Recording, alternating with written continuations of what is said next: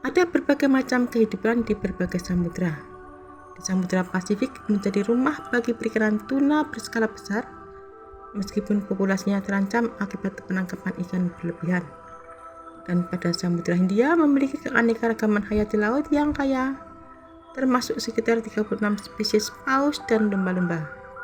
Dan pada Samudra Selatan di Antartika, salah satu ekosistem paling kaya hayati di bumi karena perpaduan antara sinar matahari musim panas yang panjang dan arus laut dan air yang kaya dengan oksigen dan nutrisi.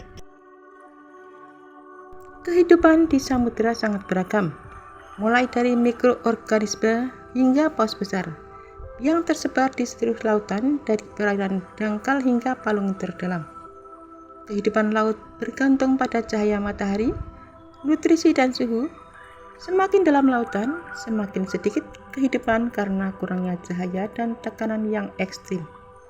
Ada berbagai macam ekosistem, termasuk terumbu karang yang kaya di perairan dangkal, serta kehidupan unik yang beradaptasi dengan lingkungan laut yang gelap dan dalam serta dingin. Pada perairan dangkal hingga 200 meter, area ini kaya akan kehidupan karena adanya cahaya matahari untuk fotosintesis. Terumbu karang merupakan ekosistem yang sangat beragam dengan banyak spesies ikan, hewan laut, dan tumbuhan. Dan juga ada fitoplankton yang merupakan tumbuhan mikroskopik seperti alga yang menjadi produsen primer makanan untuk jaringan makanan laut. Samudra merupakan lautan luas yang saling terhubung dan menutupi hampir 71% permukaan bumi. Dan secara tradisional ada 5 samudra utama di bumi, yaitu Samudra Pasifik, Samudra Atlantik, Samudra Hindia, Samudra Arktik dan Selatan atau Samudra Antartika. Samudra Pasifik merupakan samudra terbesar dan terdalam di dunia, sementara Samudra Atlantik merupakan samudra yang memisahkan Amerika dari Eropa dan Afrika. Dan Samudra Hindia merupakan samudra terbesar ketiga dan terbesar di belahan bumi bagian selatan. Samudra Arktik merupakan samudra terkecil dan terdangkal di dunia, sementara Samudra Antartika merupakan samudra yang mengelilingi benua Antartika. Sementara pada laut yang lebih dalam, yaitu lebih dari 200 meter, kondisinya mulai berubah drastis dengan sedikit cahaya atau bahkan tidak ada sama sekali.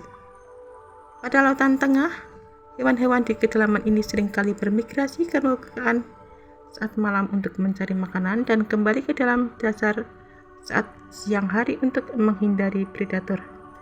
Dan pada laut dalam, kehidupan sangat terbatas, namun ada spesies unik yang dapat ditemukan di dasar laut, seperti ikan hantu di Palung Mariana. Pada Samudra Arktik, kehidupan di sini berputar di sekitar cahaya matahari yang muncul setelah malam panjang musim dingin. Alga es tumbuh di bawah lapisan es yang kemudian dimakan oleh hewan lain dan seterusnya. Banyak spesies ikan seperti tuna mengalami penurunan populasi yang drastis akibat penangkapan ikan yang berlebihan. Hewan laut dapat dikategorikan berdasarkan perannya dalam jaring makanan, seperti autotrof atau produsen dan heterotrof atau konsumen, serta dibagi lagi menjadi vertebrata yaitu ikan dan mamalia laut, dan invertebrata seperti kerang, kepiting, dan ubur-ubur. Hewan-hewan ini menunjukkan berbagai adaptasi menakjubkan, termasuk bioluminesensi, kemampuan mengubah jenis kelamin dan struktur tubuh yang sesuai dengan habitat masing-masing. Kehidupan hewan di lautan sangat beragam, mulai dari hewan yang hidup di permukaan hingga yang mendiami dasar laut dalam, dan mereka memiliki adaptasi unik untuk bertahan hidup di lingkungan yang berbeda. Adaptasi hewan terhadap lingkungan laut. Adaptasi untuk bertahan hidup di kedalaman. Hewan laut dalam memiliki adaptasi khusus, seperti tubuh yang dapat menahan tekanan yang tinggi, bioluminesensi untuk menarik pasangan atau mangsa, dan kemampuan menggunakan indera lain untuk bertahan hidup di kegelapan total. Dengan adanya migrasi, maka banyak hewan laut melakukan migrasi epik untuk mencari makanan atau untuk tempat berkembang biak. Adaptasi terhadap kadar garam. Fungsi tubuh hewan laut juga berubah tergantung pada kadar garam di lingkungan air laut. Laut dalam merupakan suatu ekosistem air yang berada di kedalaman yang cukup ekstrim, berbeda dengan ekosistem laut dangkal. Selain karena kedalaman yang berbeda jauh, tetapi juga pada laut dalam ini cahaya matahari yang masuk sangat minim atau sedikit hingga di beberapa zona bahkan tidak ada sama sekali. Ekosistem laut sangat penting bagi keseimbangan global, mendukung keanekaragaman hayati, mengatur iklim, dan menyediakan sumber daya alam bagi manusia. Ekosistem laut adalah lingkungan akuatik yang memiliki kadar garam tinggi, yang terdiri dari interaksi antara organisme hidup, komponen biotik, dan faktor-faktor fisik kimia seperti air, cahaya, suhu, dan mineral. Yang ekosistem ini meliputi berbagai habitat seperti laut lepas, laut dalam, terumbu karang, hutan mangrove, dan estuari. Variasi geologi dan kedalaman laut menyediakan beragam habitat dengan banyak ruang bagi organisme unik untuk beradaptasi. Di permukaan, sinar matahari menembus ke lubang dan memungkinkan tumbuhan dan alga berkembang biak. Samudra yang merupakan area air asin yang mengisi cekungan-cekungan raksasa di permukaan bumi. Meskipun bumi memiliki satu perairan asin yang berkelanjutan, para ilmuwan dan ahli geologi membaginya menjadi 5 bagian berbeda. Lautan itu dalam sekaligus rata, luas, kedalaman laut sekitar di atas 3 km. Sementara biota laut adalah semua makhluk hidup yang ada di laut, baik hewan maupun tumbuhan atau karang.